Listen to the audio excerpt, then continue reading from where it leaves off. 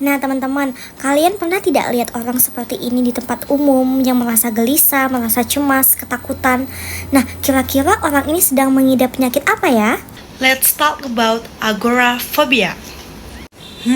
Apa sih itu agoraphobia? Jadi, agoraphobia merupakan suatu bentuk kecemasan sosial di mana penderitanya mengalami kecemasan atau ketakutan yang berlebih pada situasi sosial tertentu yang dapat menyebabkan penderitanya mengalami ketakutan, gelisah, malu, dan panik.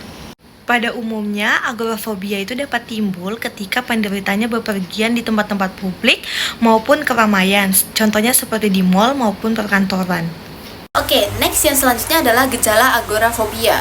Sebelum kita masuk kepada gejala agoraphobia, perlu diketahui dulu bahwa gejala yang ditimbulkan oleh gangguan mental agoraphobia ini tuh sebenarnya bersifat umum sekali, yaitu kecemasan dan rasa panik. Namun, seseorang yang mengalami kecemasan dan rasa panik ini belum tentu memiliki penyakit agoraphobia. Untuk mengetahui hal itu lebih lanjut, mari kita mengenali agoraphobia lebih dalam lagi. Yang pertama, agoraphobia ini biasa terjadi di situasi-situasi tertentu. Contohnya, saat seseorang berada di keramaian dan dia merasa sangat panik dan dia merasa tidak bisa kabur dari situasi tersebut. Yang selanjutnya adalah kecemasan, rasa panik yang dialami seseorang ini terjadi secara intens atau terus-menerus. Selanjutnya adalah seseorang merasa terancam atau merasa takut berada di situasi tertentu atau lingkup tertentu, padahal di situasi tersebut tidak ada hal yang mengancam dirinya, namun dirinya merasa takut, cemas, dan panik dalam situasi tersebut. Terakhir, perlu diketahui bahwa gejala-gejala yang saya sebutkan tadi itu berlangsung kurang lebih 6 bulan atau bahkan lebih, sehingga ketika gejala-gejala tersebut sudah terjadi 6 bulan atau bahkan lebih, kemungkinan besar seseorang bisa mengalami agoraphobia.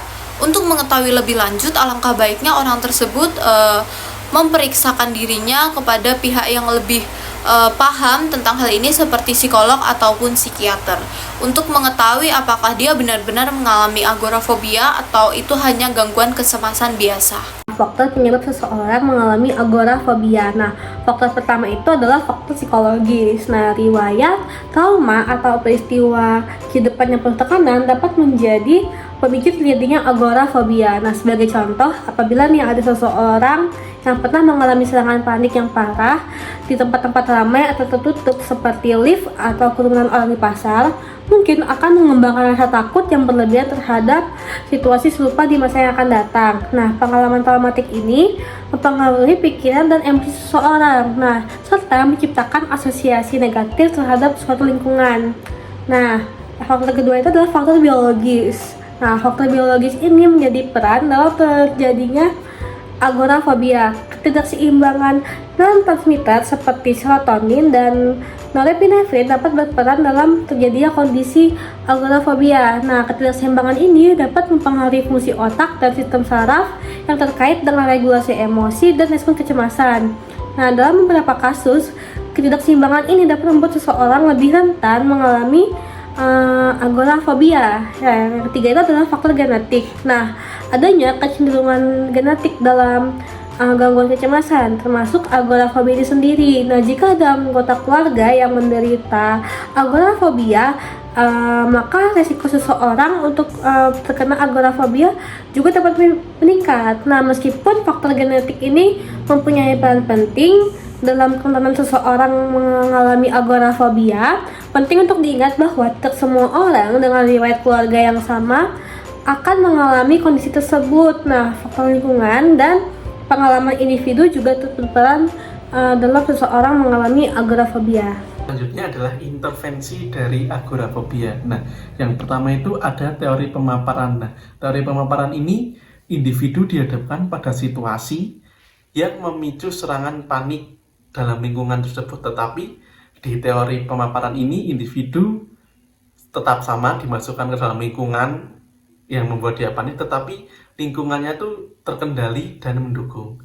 Dan yang kedua, perubahan gaya hidup. Nah, perubahan gaya hidup itu seperti mengalihkan pikiran kita, mengalihkan kepanikan kita ke dalam hal mungkin olahraga atau membuat jadwal struktur dari pagi, siang, sore, malam. Jadi mereka tidak akan memikirkan tentang kepanikan itu, tetapi mereka akan mengikuti jadwal tersebut. Oke teman-teman, selain ada terapi yang sudah disebutkan sebelumnya, di sini juga ada metode cognitive behavior therapy atau teman-teman juga banyak yang tahu yaitu terapi CBT.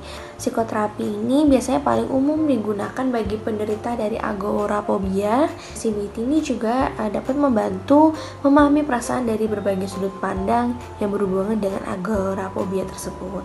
Selain itu, metode ini juga dilakukan biasanya secara bertahap sehingga dapat mengajarkan pasien atau klien tentang bagaimana sih cara menghadapi ketakutan dengan mengganti pemikiran-pemikiran yang lebih positif dan lebih membangun tentunya. Seperti contohnya, klien diminta untuk memikirkan hal-hal yang buruk ini diganti menjadi hal yang baik supaya dapat membantu menghilangkan kecemasannya. Dimana secara nggak langsung ini teman-teman, hal ini juga dapat mengatasi kecemasan yang tentunya dimiliki dari si klien tersebut. Selanjutnya ada metode yang digunakan dari farmakologi atau obat-obatan, dimana selain pemberian terapi yang sudah dijelaskan sebelumnya, ada yang lebih efektif jika didampingi dengan pemberian obat-obatan. Jadi terapi-terapi yang sudah disebutkan sebelumnya ini akan lebih efektif jika memang diberikan pendamping dengan obat-obatan seperti inhibitor reuptake serotonin selektif atau SSRI atau inhibitor serotonin norepinefrin SNRI. Nah, karena dapat membantu meringankan gejala agorafobia, obat-obatan yang dipakai ini biasanya juga berasal dari golongan-golongan obat antidepresan dan anti kecemasan. Sedangkan farmakoterapi ini, lini pertamanya memang dapat digunakan pada golongan selective serotonin receptor inhibitors atau SSRIs seperti escitalopram, fluoxetine, dan sertraline. Nah, di mana kombinasi CBT dan farmakoterapi atau terapi-terapi lainnya ini memang terbukti lebih efektif dibandingkan hanya diberikan obat-obatan saja.